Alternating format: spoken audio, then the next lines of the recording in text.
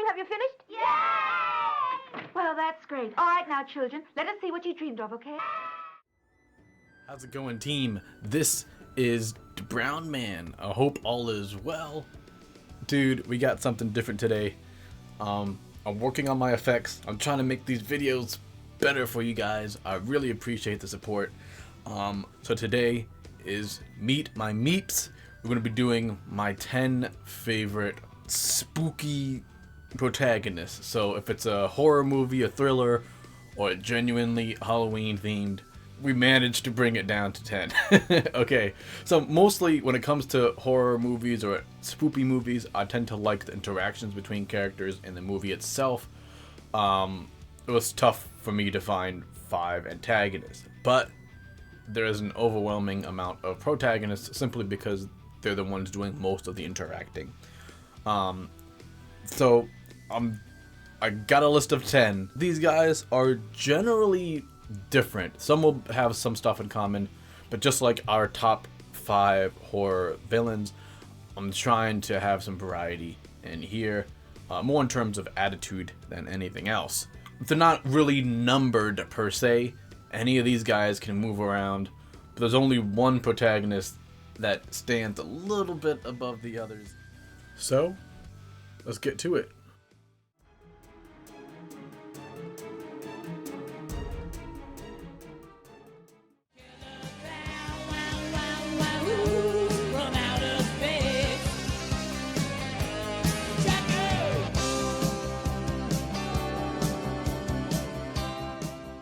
This guy is a little bit slept on, but we're going to go with Mike from Killer Clowns from Outer Space. As you guys know, Killer Clowns from Outer Space is not to be taken too seriously, but of course, if you're creeped out by these big-ass fucking clowns, then yeah, take it a little bit seriously if you have that phobia. This movie is really fucking cheesy, but of course, that allows for the main protagonist, Mike, to actually be a decent stand-in for the viewer. Mike has some comedy, but he also has some common sense. He doesn't fall for a lot of the horror movie tropes, or he doesn't fall into them rather. And of course, while he's looking out for Debbie and her little Debbies, we have his 2 friends. These brothers are fucking stupid, man. They're stupid. Look, at least take me over to Debbie's house, okay? I think she's in danger. Does she have any roommates? Yes, she's got 2. She's got 2 beautiful roommates with big boobs. Do they like ice cream? They love it. What are we waiting for? They have something else on the brain at all times.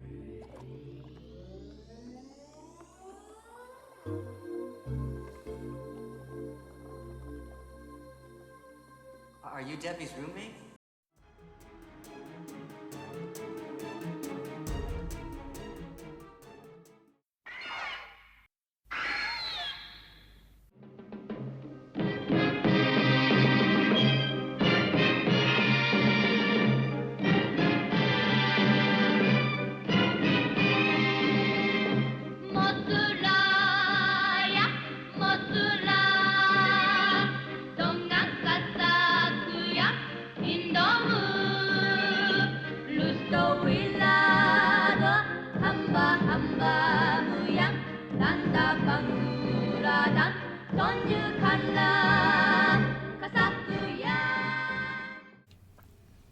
And of course, as we have established, the Godzilla Monsterverse is horror thriller. So of course, we're going to have to go with the queen of the monsters herself, Mothra.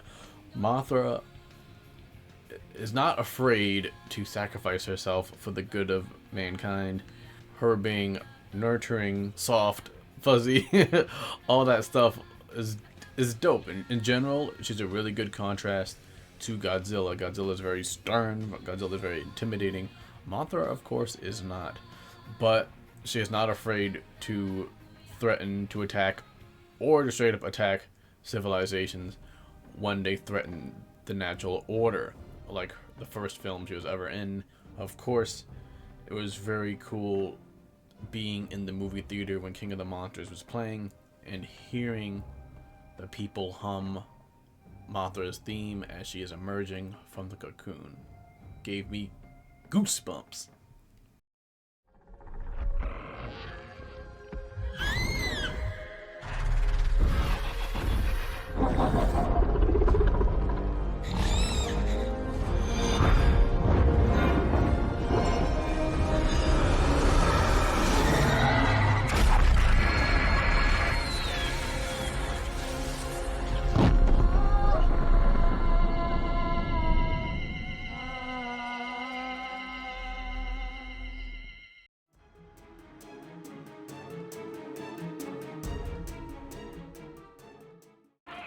There's too many of them.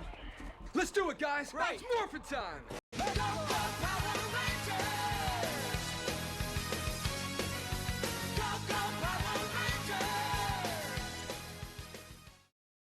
Adam Park is the Black Ranger. He works on his self-confidence,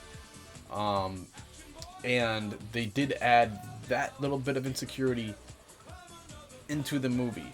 So he does his thing, he fights, they encounter Ivan Ooze, who's just as dangerous as he is purple, and Ivan Ooze breaks their connection to the morphing grid. Adam has to pursue, well, the whole team has to pursue this very attractive lady to get their powers back. Hey, I'd follow that ass anywhere. Adam, of course, gets a new power set along with his team, and he's not really enthused about it. Adam? Adam, what's wrong? I'm a frog. Yes, a frog. Like the one you kiss. To get a handsome prince. But, being old and reliable, he takes the power, he does his best, channels the power of the Ninjetti, overcomes some obstacles, some creepy ass shit when I was a kid. When I was a kid, this was some creepy fucking shit. But, he braves it, and at the end of the day, you already know what Power Rangers is about. It's about a power and a force that you've never seen before. At least before it was like a 30-year-old franchise.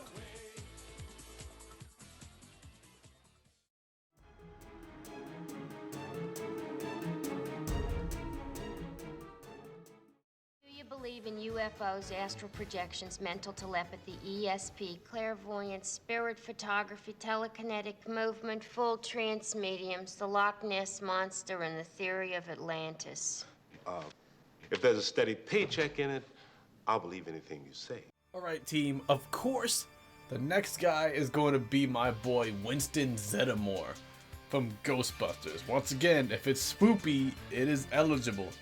Bro, I like all the Ghostbusters, to be honest, but when it comes to Zeddemore, he sticks out to me because he's just an average Joe, everyday dude, everyday black dude with an attitude, stumbling upon some ghosts, doing whatever the fuck he can for a paycheck because, you know, life is hard out here. Totally a relatable character, and his comedy, I'll say for the most part, it doesn't seem like his character is intentionally trying to be funny. Half the time, he just happens to be that moderately going into, you know, the straight man, being funny at times, and of course we as the audience get the joke.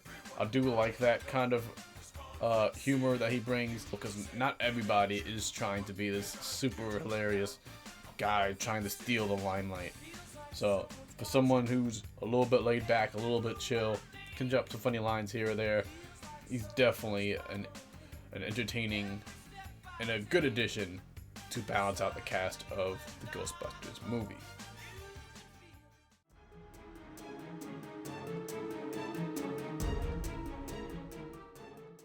Get down on your knees! Stop! Jesus! Hands behind you! Stop! Sick bastard! Yes, I'm sick, officer. Stop! Like, the keys here! Sick from the disease eating away at me inside. Sick of people who don't appreciate their blessings. Of course, team, next up is going to be my boy, Tap.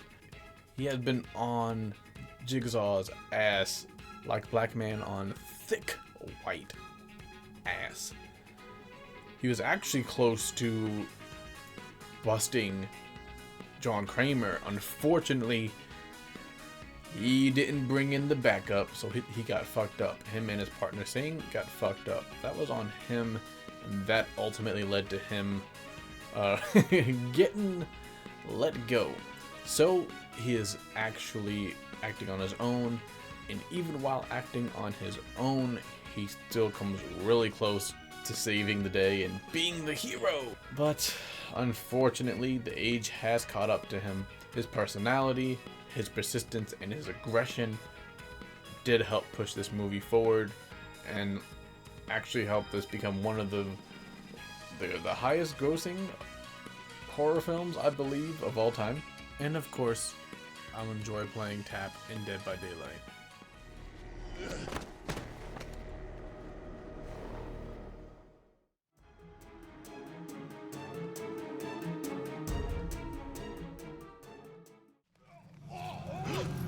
Jeez.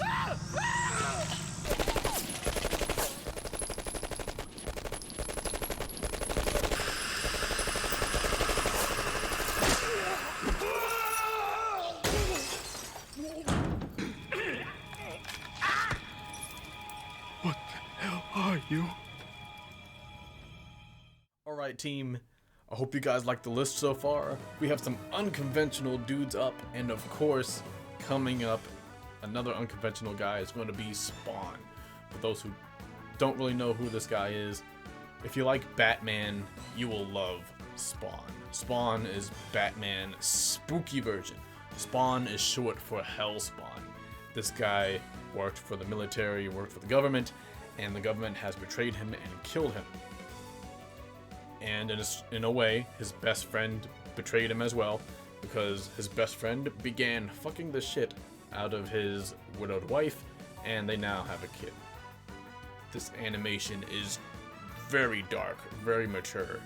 However, when a prominent politician, when his pedo-protected relative sets his eyes on his wife's daughter, Spawn knows what he must do. He screamed, she screamed, now he screams.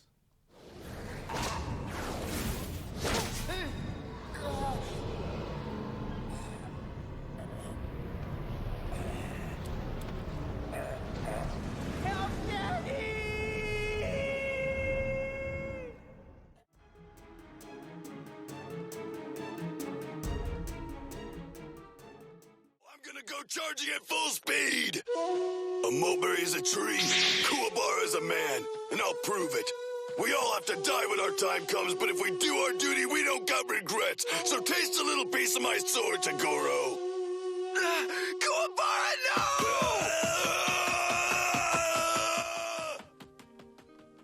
I'm telling you, if you're an anime fan and you hear that theme song, you gotta stop in the tracks, right? Team Kuwabara is on the list. Kuwabara is the heart of the story. He's stubborn. He's a lover. He's definitely a bit lonely and desperate, but he's a good guy at heart. And this is definitely a change of pace for most people's Spoop lists. Going back and rewatching stuff like Yu Yu Hakusho definitely gets to me. Kuwabara is a man that follows 3 principles: never run from a fight, don't hit a woman, and if you agree to it, you stick to it.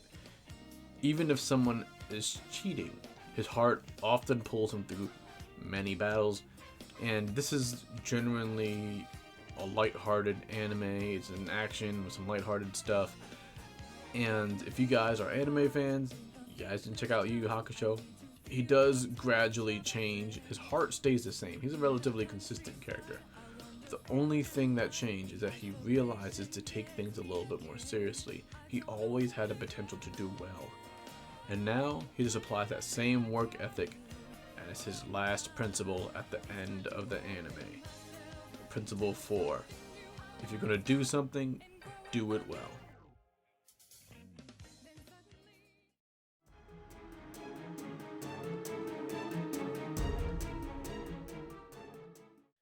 Dead, honey, because Mommy killed him. I even took his knives.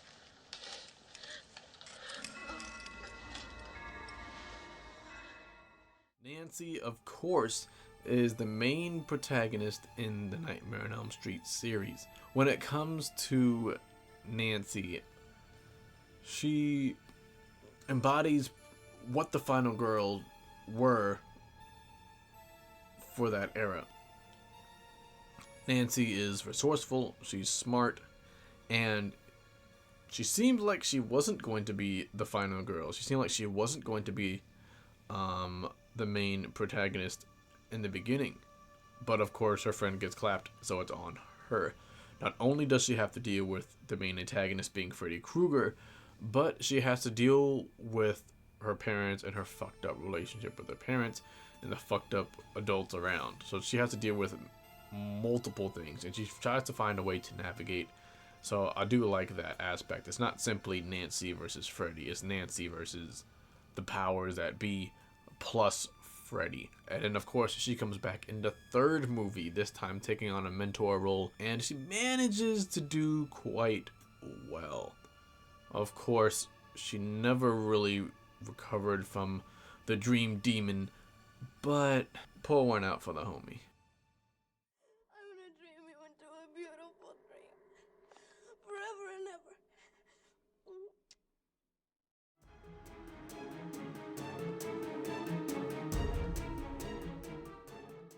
Jack, please listen to me.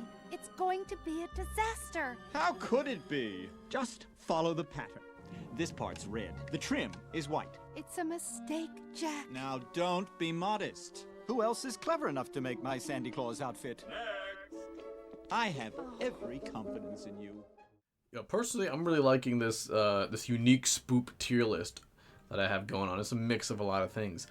And of course, Sally is a mix of things as well. Sally from The Nightmare Before Christmas. If you guys haven't seen the movie, I'm not telling you shit. Go see the movie. You're missing out. Sally is... not only is she this lover, but she's also a very crafty person.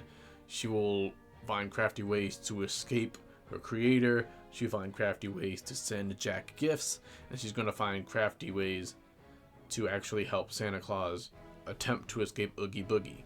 Not only is she crafty, but she's down to earth, and when Jack is like, hey, this is a really, really good idea, I'm going to do it, Sally's like, bae, this ain't going to work. Something's wrong. But she's actually so down to earth and so in tune that she understands. She's not passive because she's weak. She's passive because she understands that Jack needs to follow his own heart, just like she's following her heart. And it is this dynamic that they share that I really do appreciate and I really do like in this movie. As anyone can see, we're simply meant to be.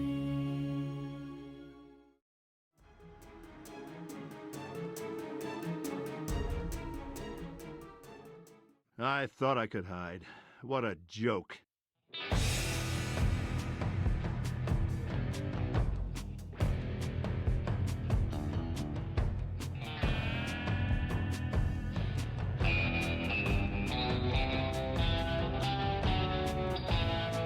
I've been called a lot of things. El Jefe, the savior of humanity, the boomstick butcher with the chainsaw hand. The truth is, I'm just your everyday, charming, ruggedly handsome dude from Michigan. I didn't ask for any of this, but when evil picked a fight with Ashley J. Williams, they picked the wrong dude.